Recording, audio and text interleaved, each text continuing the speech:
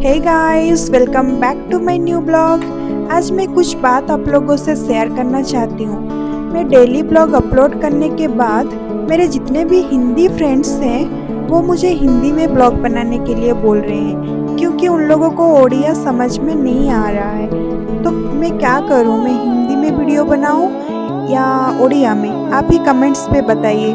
जिस लैंग्वेज का कमेंट्स में ज़्यादा आएगा मैं वही लैंग्वेज पे वीडियो बनाऊँ। तो चलिए वीडियो के बारे में बात करते हैं। तो ये वीडियो है मेरा डे 5 का, और मैं नाइट शिफ्ट जाने के लिए एक स्नैक्स बना रही थी।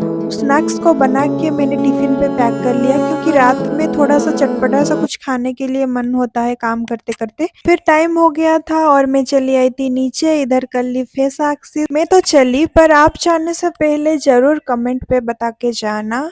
आज के लिए वीडियो को यहीं पर रखते हैं। Thanks for watching. टाटा।